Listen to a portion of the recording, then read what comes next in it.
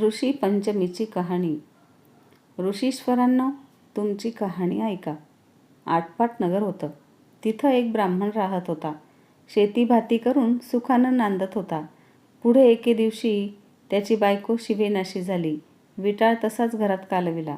त्या दोषामुळे तिचा पती पुढील जन्मी बैल झाला, तर तिला कुत्रीचा जन्म मिळाला.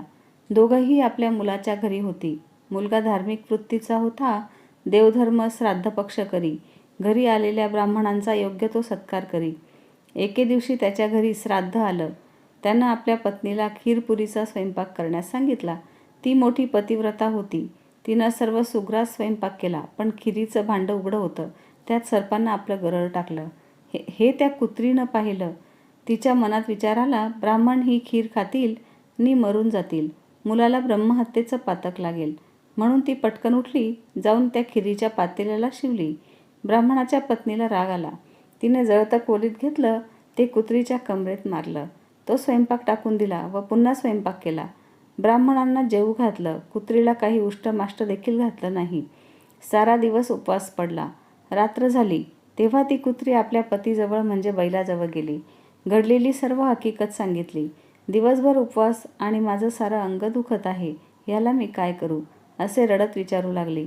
बैलानं तिला उत्तर दिलं, तू आदल्या जन्मी विटाळशीचा विटाळ घरात कालविलास. त्याचा संपर्क मला झाला. त्या दोषानं मी बैल झालो. आज माझ्या मुलानं मला नांगराला धरलं, तोंड बांधून मला मारलं. मी देखील आज उपवाशीच आहे. त्यांचं श्राद्ध फुकट गेलं. हे भाषण मुलानं ऐकलं तेव्हा तो बाहेर आला. बैलाला चारा व कुत्रीला अन्न घातलं. दोघांना पाणी प्यायला दिलं. मनापासून मात्र फारच दुःखी झाला. दुसरे दिवशी अरण्यात गेला. तिथे ऋषींना साष्टांग नमस्कार केला. ऋषींनी त्याला तू असा दुःखी कष्टी का, असं विचारलं. मुलानं सांगितलं, माझ्या वडिलांना बैलाचा जन्म आला आणि आईला कुत्रीचा.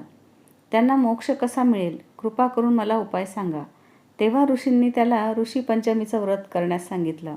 हे व्रत कसं करावं? भाद्रपद महिना येतो. चांदण्या पाखातील पंचमी येते.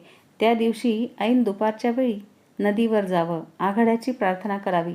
त्याच्या काष्टानं दंतधवन करावं. आवळकाठी कुटून तीळ वाटून घेऊन केसांना लावावे. मग आंघोळ करावी. धुतलेली वस्त्रे नेसावीत. चांगल्या ठिकाणी जावं. अरुंधतीसह सप्त ऋषींची पूजा करावी. असं 7 वर्ष करावं. शेवटी उद्यापन करावं. या व्रतानं रजस्वला दोष नाहीसा होतो. पापांपासून मुक्तता होते. नाना तीर्थांच्या स्नानांचं पुण्य लाभतं. दानाचं पुण्य लागतं. मनी इच्छिलेले कार्य पूर्ण होतं. मुलानं हे व्रत केलं. त्याचं पुण्य त्याने आपल्या आईवडिलांना दिलं. त्या पुण्यानं रजदोष नाहीसा झाला. आकाशातून विमान उतरलं. बैल होता तो सुंदर पुरुष झाला. कुत्री होती ती सुंदर स्त्री झाली. दोघं विमानात बसून स्वर्गाला गेली. मुलानं ऋषी पंचमीचं व्रत मोठ्या श्रद्धेनं केलं. त्यामुळे त्याचा हेतू पूर्ण झाला. तसा तुमचा आमचा हो, ही 60 उत्तराची कहाणी. 5 उत्तरी सुफळ संपूर्ण.